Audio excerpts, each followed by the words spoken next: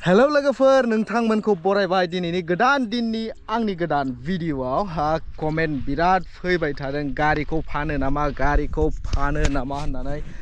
गारिखौथ' आं फानगौमोन फाननाया ओमफ्राय मोनसे प्रब्लेम दङ बिनि थाखाय आं रावनोबो रिप्लाय हरनो हायाखै आरो सोरबा सोरबा डाइरेक्ट डीएमबो खालामदों इन्स्टाग्रामावहाय गारिखौ फानोबा आंनो खबर हो होननानै ओमफ्राय आं दा रावनोबो रिप्लाय हराखै आरो ओमफ्राय मोनसे प्रब्लेम दङ मा प्रब्लेम आं बेखौ खोन्थागासिनो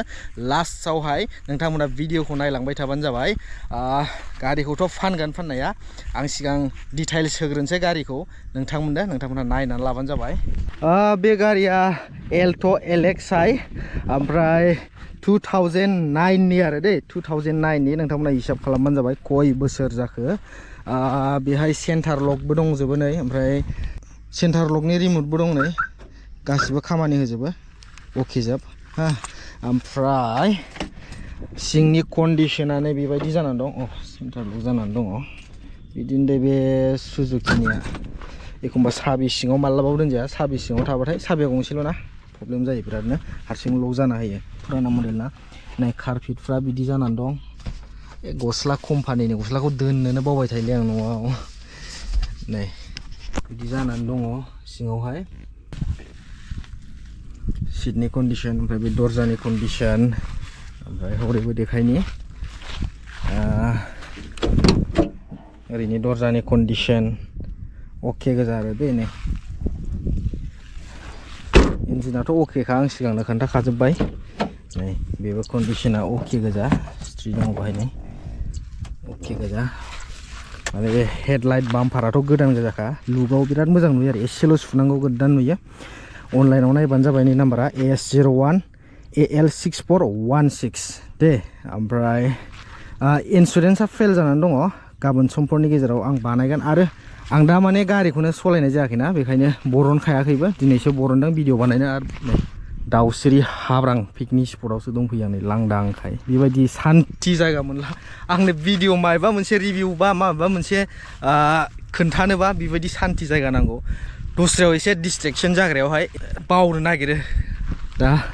बेनो आरोना सिंनि कन्डिशना लाइट साइट गासिबो अके दर खेंबानो लाइट जोंजोबो आरो दै देखायनो नोंथांमोननो बे दर खेंबाथाय बे लाइटआ जोंबाय ओमफ्राय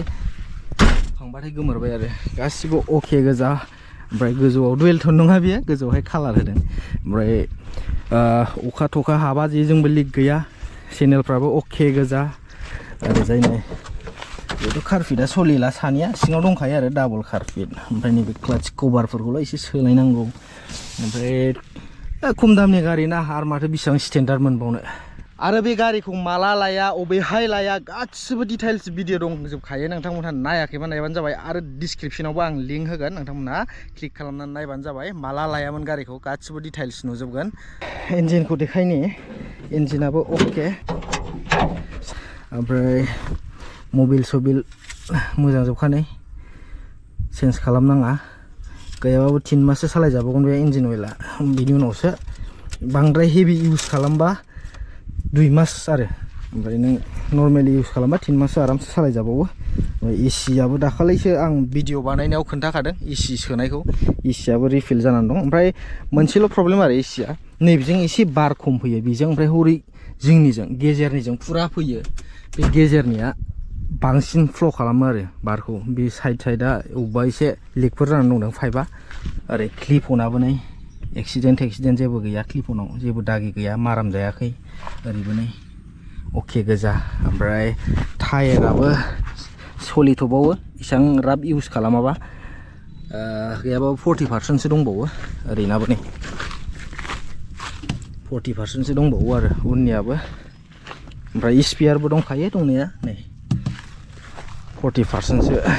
आरामसे उननियाथ' बांद्राय जायाबो सिगांनियाल' बांसिन जायो आरो ओमफ्राय मोनसेल' बेहाय बानायनांगौ बे इन्जिन एरियायाव आरो थ्रटल बडि आं सिगांबो खोन्थाखांखाबाय भिडिअआवहाय नैबे थ्रटल बडिखौ सोलायनांगौ सार्भिसिंथ' खालामखाबाय आं सिगां बेखौ बानायखांबाय रिफायाराव मोजां जायाखिसै माने सोलायथाराबा जाला बियो गैयाबाबो 4000सो थांगोन आरो सेकेन्ड हेन्डफोर लगायबा 2500 2000 नि मोनगोन आरो स्टार्ट जानायाव प्रब्लेम नङा आरो माने आरपिएमआ स्टार्ट जानानै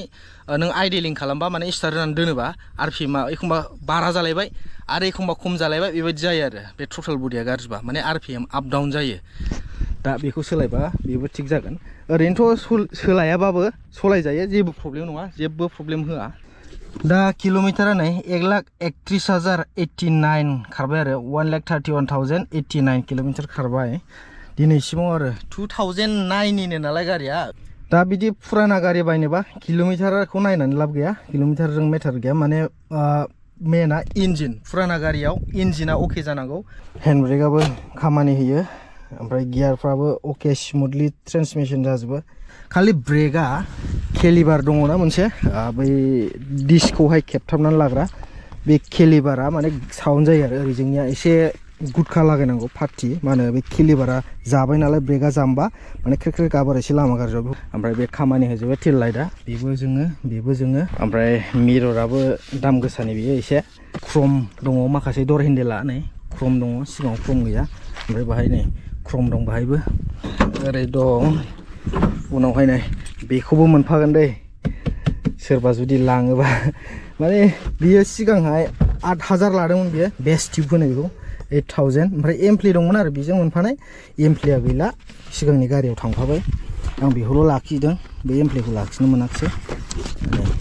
स्पेयार टायारबो दं नै जेक टेक दंजोबो अके गोजा आरो सिङावबो दे जेबो प्रब्लेम गैया आरामसे भिलेज रोड एरियायाव आरो माबाफोर दखाननि सामान लायनाय बा एसे एनै फिसा फिसौ बिजनेस माबा दखाननि फिसा फिसौ माल लायनानै फानफैनाय बेफोरबायदियाव माने बिराद मोजां आरो बियो दे दा नोंथांमोनहा नाम्बारखौ टाइप खालामनानै नायबानो जाबाय एम परिबहनाव नैबेबायदि ओंखारगोन नैबे स्क्रिनाव नुनाय बायदि दा बाहाय नोंथांमोनहा नुदोंना एनअसि इस्यु बे एनअसि इस्युआ मा होनोबा दाखालिहाय 2 माससो सिगां आं भिडिअ बानायदों नैबे भिडिअआवहाय नायबानो जाबाय माने बे गारिखौहाय शिलंनि मानसिया बायदोंमोन आरो बिथाङा सानदोंमोन मा गारिखौ शिलं नाम्बार बानायसै होननानै ट्रान्सफार खालामनो नागिरदोंमोन ओमफ्राय दा बे ट्रान्सफार खालामनो नागिरनायाव मा जाबाय शिलंनि आरटिअआ गुवाहाटीनिफ्रायथ' इन'सि बख'नानै लांबाय नालाय शिलंनि आरटिअआ रिजेक्ट मारिदों माने 2009नि गारिखौ बिदि नाम्बार ट्रान्सफार खालामा शिलंआव होननानै दा बिदि जानानै बिथाङा मेघालय नाम्बार खालामनो नागिरनाया जायाखिसै नालाय दा बे गारिखौ फाननानै दस्रा गारि बायदों आरो 2012नि दा बिनि थाखायनो बियो एनअसि इस्यु खिथागासिनो ओमफ्राय बे एनअसि इस्युखौ दा दाख्लैहाय सल्भ खालामनो लांबायना बे गारिखौबो आङो लानानै थांबाय माबाय ओमफ्राय दा गुवाहाटीनि आरटिअआ फैसा मोनजायैखाय माबा प्रब्लेम बुंबाय थायो अबेबा हरैनिफ्राय इमेल हरनो थिनहोनो एखमबा हरैनिफ्राय लेटार हरनो थिनहोनो एखमबा गारि मालिक बियो गारि मालिकआबो फैबाय ओमफ्राय एखमबा बायग्रा बियो आंबो थांबाय गारिखौ लाबोनांगौ होनबाय गारिखौबो लांबाय माने फैसा जानो लुबैदों आरो दा बे फैसा जानो लुबैनायाव मालिकआथ' बे बिराद मोजां साख्रि मावो जब मावो मेघालयआवहाय ओमफ्राय बे मालिकआ फैनोबो सोलाबलाबाया आरो दा बिथाङा 7,000 होलांदोंमोन 7,000 होलांनायाव दालाल हमनानै बिनि एनअसि इस्यु प्रब्लेमखौ सल्भ खालामदो होननानै जों फैसाखौ होदोंमोन आरो बिनो ओमफ्राय दा जाय बे गारिखौ आंनो फानदों एजेन्ट नैबे मानसिया बे थामनिल' नुनाया बे मानसिया गावनि सिनायनाय होननानै बुंदोंमोन बेखौ जाय मानसिया दालाल बे खामानिखौ मावो एनअसि इस्यु माबा माबिखौ दा बे मानसिया फन हमाखैनो मायाखैनो मानसिया फैसाखौ जाखोना माखो अफिसाव जमा होआखिसै खोमा दा बेबायदि प्रब्लेम जानानै दा मालिकआबो फैबाय थानो सोलाबा बे सोलाबबा आं सोलाबा आं सोलाबबा बे सोलाबा बिदि जानानै दा बेनो बे दं आरो एनअसि इस्युआ बेखायनो आङो दा आंनि खामानिया जोबबाबो फानोबो होननो हाया फानाबो होननो हाया बिदि जानानै आं आवा फावा जानानै गारिखौ न'आव बहायनानै दोनबाय थादों ओमफ्राय इन्सुरेन्सखौबो आं रिनिउ बानायाखै दा इन्सुरेन्सखौथ' जेबो प्रब्लेम नङा 2-3 हाजार लागोन आं अनलाइन बानायना हरगोन सोरबाफोर लाङोबा आरो दा सोरबाफोर लाङोबा आंजों इन्सटाग्रामाव कन्टेक्ट खालामनो हागोन ओमफ्राय बे गारि मालिकनि मेन मालिकनि नाम्बारखौ नांगौबा हरगोन आं रायलायहरबानो जाबाय माब्रै ओमफ्राय आरो आं जायनिफ्राय लाबोदों जाय दालाल बा बै एजेन्टनिफ्राय लाबोदों बे गारिखौ बिनि नाम्बाराबो आंनाव दंखायो नोंथांमोनहा रायलायहरनो हागोन आरो जुदि लानो गोसोबा माबाफोर डाउट दङबा आरो मालिकजों डाइरेक्ट कन्टेक्ट खालामनो हागोन आं इन्सटाग्रामाव आंजों कन्टेक्ट खालामबानो जाबाय नैबेनो इन्सटाग्राम आइडिया बेखौ सार्च खालामबानो आंनाव मेसेज हरबानो आं नोंथांमोननो बेनि मेन मालिकनि नाम्बारखौ हरगोन बिथाङा फन रिसिभ खालामलाबायनो टाइम मोना बारा बिराद बेस्थ' आरो मानसिया मायबा जब मावोनो फाननाया बिसिबां दामाव फानगोन होनोबा आं बिसिबाङाव लाबोआ बिसिबां दामनो आं मोनबा हरगोन आरो बे गारिखौ 75,000आव लाबोदोंमोन आं बिसिम मोनबानो आं हरगोन माखासेथ' आं बानायबाय 15,000सो थांदोंना आं भिडिअ खोन्थाखादों नोंथांमोननो सार्भिसिं खालामनायखौ दा बे सार्भिसिं खालामनाय आरो ड्राइ साब सोलायदों सिगांनि माने ड्राइ साबनि प्रब्लेम नङामोन बे मेकानिकनि एसे मिस्टेक जाबाय दा बाहाय सोलायनांबाय ड्राइ साबखौ ओमफ्राय दा बेनि फुराना ड्राइ साबाबो दं अरिजिनेला दा बे ड्राइ साबाव एसे खरसा थांदों आरो आंना ओमफ्राय गासिबोथ' एकदम अके गोजा बे ब्रेक केलिबारल' गाबो आरो एसे ओमफ्राय जेबो प्रब्लेम गैया आरो ब्रेक केलिबार ओमफ्राय बै माबा थ्रटल बडि आरो ब्रेक केलिबार बे मोननैनिल' प्रब्लेम बेनिफ्राय जेबो दस्रा प्रब्लेम गैया दा नोंथांमोनहा लायोबा लानो हागोन ओमफ्राय मेन प्रब्लेमा बेनो एनअसि इसु बेयाव खोन्थाबाय थायो आरो दा बिनि एनअसिया जाय मानसिया बे गारिखौ आंनो फानहरदों बेनाव दङ हा एनअसिया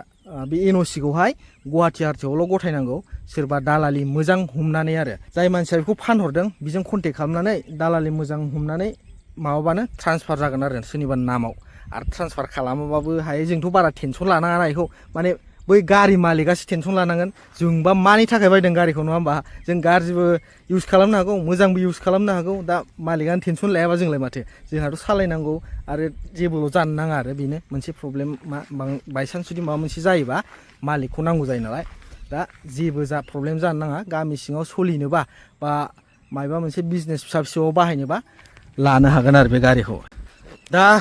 आंबो फानामोन ओमफ्राय आंना फैसानि प्रब्लेम जालायबाय मा बुंबावनो दा आं डिटेल्सबो होजोबनो हाथ'ला बे भिडिअआव बिराद प्रब्लेम जानानै दङ आंहा दा लननि मानि ओमफ्राय ओरैजाय खामानियाबो गैला मा खालामबावनो दा ओमफ्राय बाहेरायावबो खारनो हाया बाहेरायावथ' थांबा मेरला गारि दं आंनाव नङा होमबा मेरला लोगोफोर दं मेरला खबर हरबाय थायो फैदो जोंजों फैदो मा बिदि आरो दा आं न'निफ्राय ओंखारनानै सालायबानो गारि मोनो आरो बाहेरायाव खामानि मोनो दा आं मा न'निफ्राय थांनो हाया ओरैबायदि कन्डिसन जानानै दंना आंनि फेमिलियावहाय दा मा बुंबावनो माबोरै फोरमायबावनो आं बे भिडिअआव फोरमायनो हाला दा बिनि थाखायनो आं बे गारिखौ फाननानै एसे आंनो हेल्प जागोन आरो बेफोरबायदि आङो सानबाय आरो ना दा दोनबाय थानानैबोथ' लाब गैया सोरबा बिजनेसाव बाहायनोबा सोरबा खामानियाव बाहायनोबा लांनो हागोन आरो सोरबा बायग्राफोर दंबा शेयार खालामनो हागोन आरो प्रब्लेमा बेनो एनअसि इसु दे मेन मालिकजों रायलायनोबा इन्सटाग्रामाव कन्टेक्ट खालामदो आं बिनि मेन मालिकनि नाम्बारखौ हरगोन आं बायनोसै उमुक उमुक नाम्बार गारिखौ होननानै नोंथाङा बेजों रायलायहरनो हागोन आरो दा नोंनि नामावनो दं मारै मारै कन्डिसना माबोरै खालामगोन बे एनअसि प्रब्लेमा दाबो खाराखै होननानै रायलायहरबानो जाबाय नङा होमबा दा गासिबो अके जोब ओमफ्राय फाननायाबो आं फाननो सिगांनिफ्रायनो माने एयारपर्टनिफ्राय जेब्ला आंनि गारिखौ बरनदोंमोन आंनियाथ' गारिया गैलाना मालिकनिसोमोन नालाय कम्पानिनि नङा दा बिसिबां बोराय गारि दं सेस एयारपर्टनिफ्राय बरनजोब्बाय आरो दा बिनिखायनो आंनाबो खामानि गैला ओरै थांनायनि आं बेयाव थांनोसो लादोंमोन नालाय बे गारिखौ अखा बांखा जाबाय थानायखाय बेरेफुंजानि गोजांलाङो अखा हायो एखमबा खुवा खुयो बिदिनि थाखाय लादोंमोन ना ओमफ्राय दा खामानियानो गैलाबा टाइम पास खालामग्राफोरनो शेयार खालामनाङा आरो टाइम पास खालामग्राफ्रा कन्टेक्टबो खालामनाङा नेगसियेबोलथ' खालामनो हानाय नङा 75,000 नांगोन मानो होननानै बुङोबा लस जागोन आं अलरेडि 15,000 खरसा खालामखाबाय बाहाय ओमफ्राय दा जेबो प्रब्लेम गैया आरो गारिया आंनि आखायाव गोलैबाथाय जेबो प्रब्लेम जाखाया ओमफ्राय दा आं बे इन्सुरेन्सखौल' रिनिउ खालामाखै आरो दा इन्सुरेन्सखौबो आं रिनिउ खालामना हरगोन 75,000आव आरो रियेल एकदम लाग्रा दंबा सोरनोबा शेयार खालामबानो जाबाय जानला मोनला आल्टुक फाल्टुक मानसिनो शेयार दा खालाम आरो बिदिबा लोगो मोनसिगोन नेक्स्ट भिडिअआव जय बर' हारिनि